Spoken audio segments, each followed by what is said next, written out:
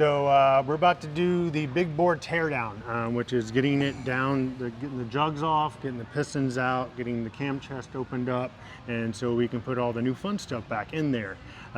Make it go a little bit better than those numbers we did get earlier, which we don't know yet. So we'll find out that, when was that, tomorrow in the live feed? Yeah, so you guys are watching this video. If you don't know, we go live every Friday night. So when you watch this video, we went live this Friday night and we released, I know it's hard to think that way, isn't it? No, but that I'm new to YouTube. No, that isn't, because what Chris is saying is he put it on the dyno and he got those stock numbers. And then on this Friday night, we're gonna go live and we're gonna show all the numbers that he got.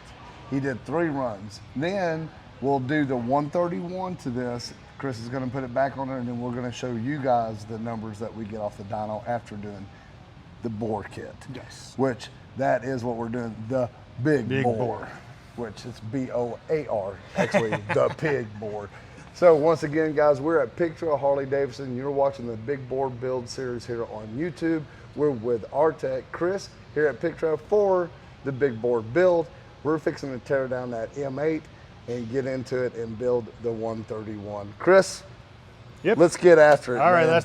let's get busted some knuckles.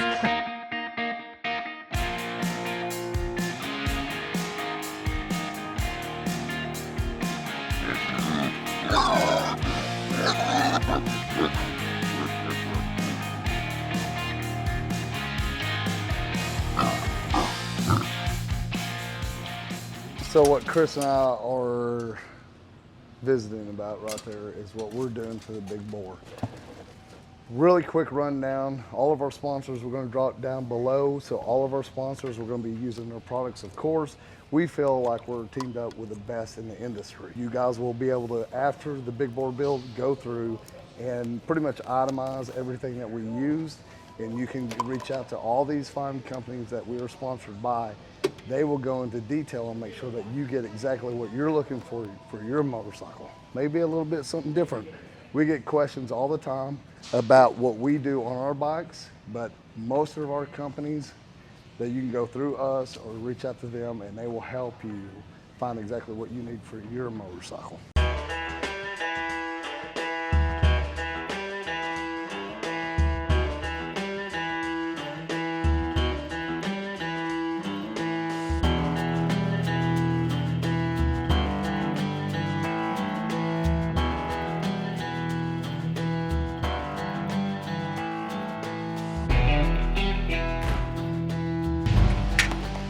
Oh yeah, Chris. Here we go. Get that shit off there. We don't need this no more. No. We don't need this. We're gonna get that badass chrome work set up. So long, stock exhaust. So Chris, what would be the first thing that you would do on a bike if it was yours? Exactly right there, get rid of the exhaust.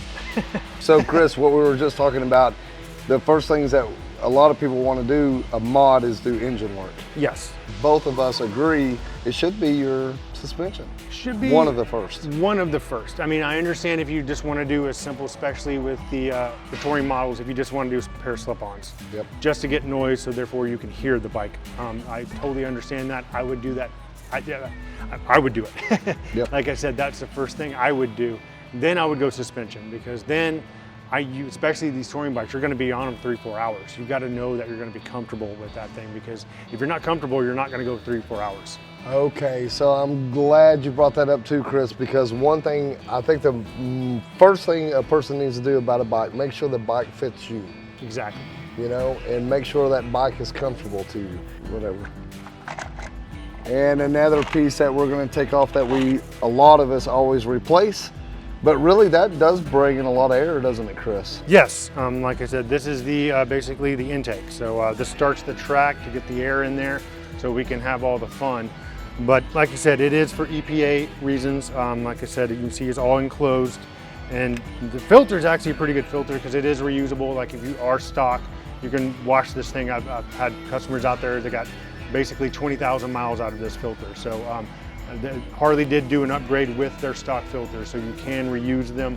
You can wash them just like a K&N style. Right. Now they do not flow as much as a high flow but they're washable, unlike in the past where they were paper and you had to throw them away at each service. So they are upgrading, of course, but that's one thing that's not going back on this bike. You guys have to stay tuned and see what we do there.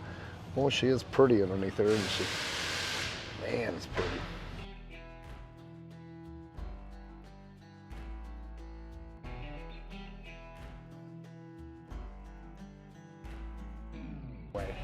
Just like the front fender. You'll, This is not a normal, most people don't remove the front fender when they do a motor build, but I do because it's just easier. That way I don't have to deal with it in my way. dude, I totally, you don't have to stress about or have a little mishap. This is a brand new bike. I'm not damaging anything. I like your thinking, man. Go out my way so I do not damage anything.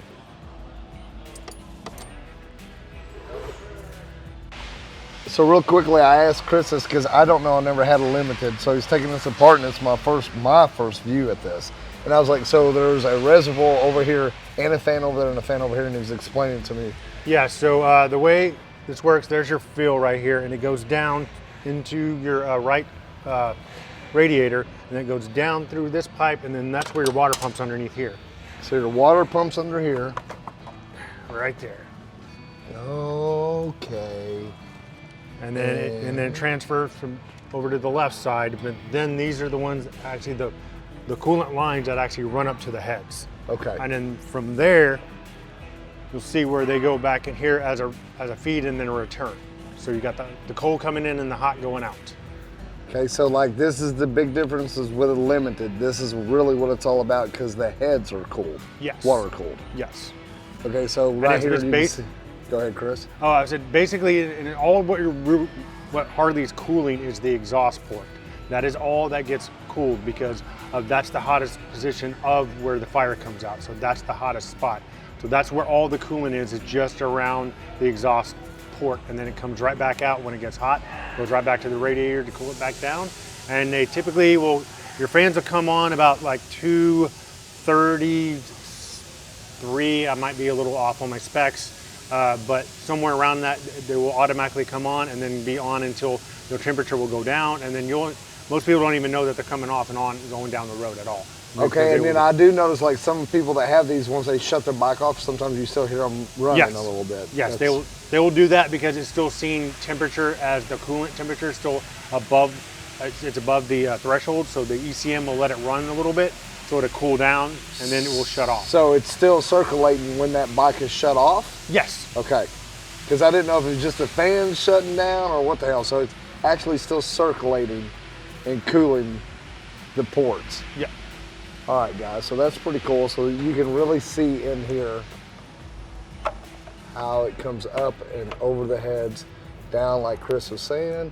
In front here, once again, the water pump. Okay, so there's the water pump, and then it goes to the left and right side, and there's fans in both sides, which right in there is the fan.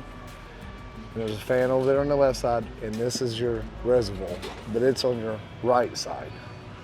That's what I found interesting, which is very similar to the oil too. The oil does the same thing, like what was on your special. Okay. It's just instead of coolant, it's oil. Okay. And then the return on it does have a return that goes right back down, that drops into the oil pan down here. So it's actually, this one's gonna have to cover over it because it's not needed. So. Okay. But it is the same transmission and same, the only difference is the heads. Okay. Between the two. Okay, so that was perfect timing, I thought, as I seen Chris doing that, so we could talk about that. We talk a lot of what the difference is between, say, a special and a limited. For Steph and I, we've never had a limited. We felt like this would be a great opportunity to use one, and we're talking about the ultimate touring bike for Steph and I. And now we're just doing a little bit more to the performance side. So a performance touring bagger is really what the Big Boar is all about, plus building some great relationships with everybody too. But that's why we picked this limited, because of just that. Once again, I've never ran one.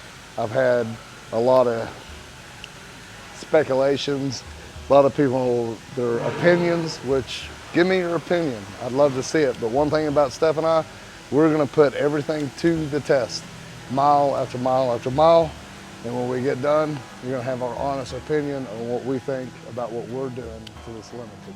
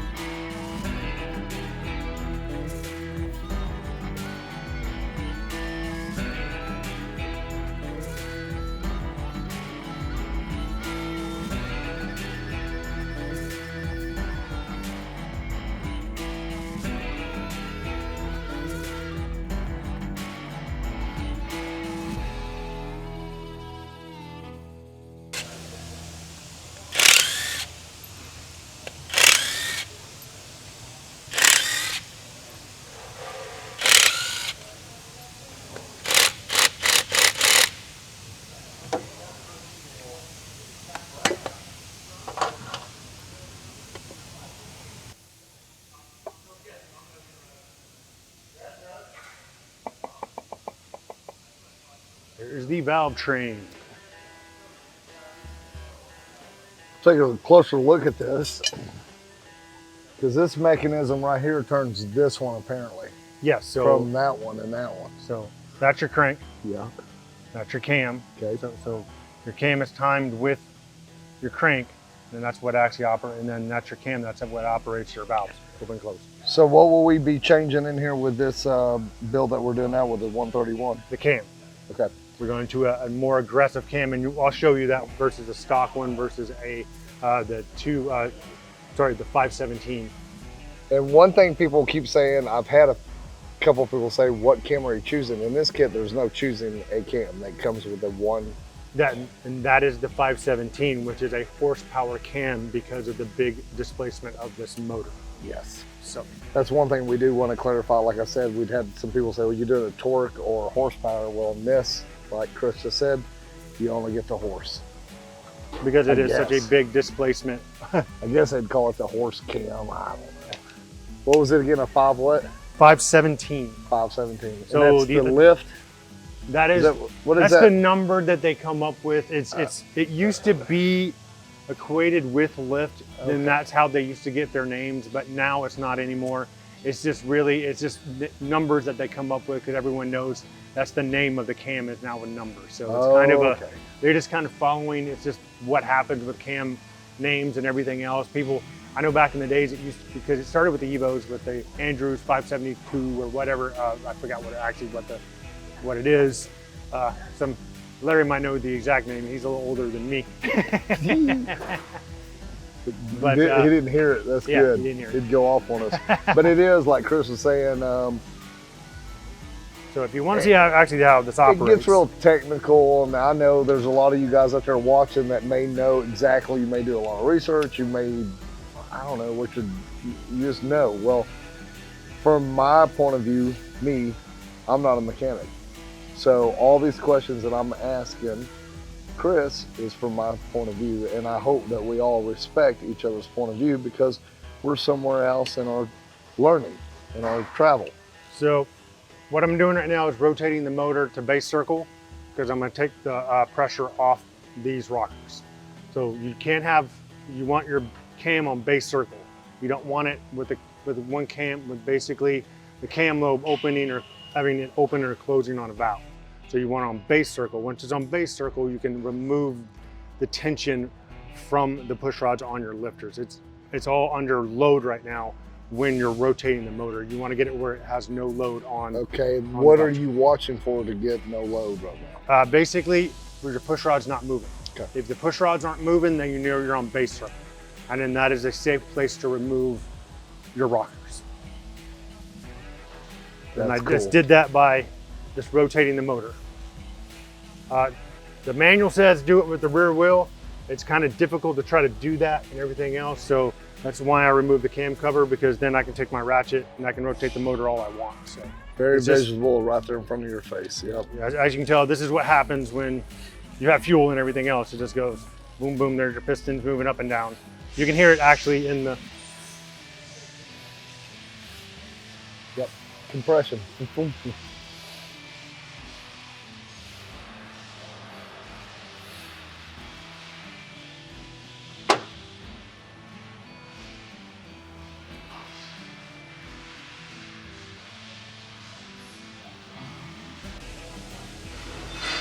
Some more pig mats. I have to give a big thank you to Pig Trail Harley-Davidson and also Chris right here, because as you can tell, guys, I'm right up in the thick of it, right in his damn way, trying to make this content to, well, for you guys. And nobody's getting upset at me. It means a lot to me.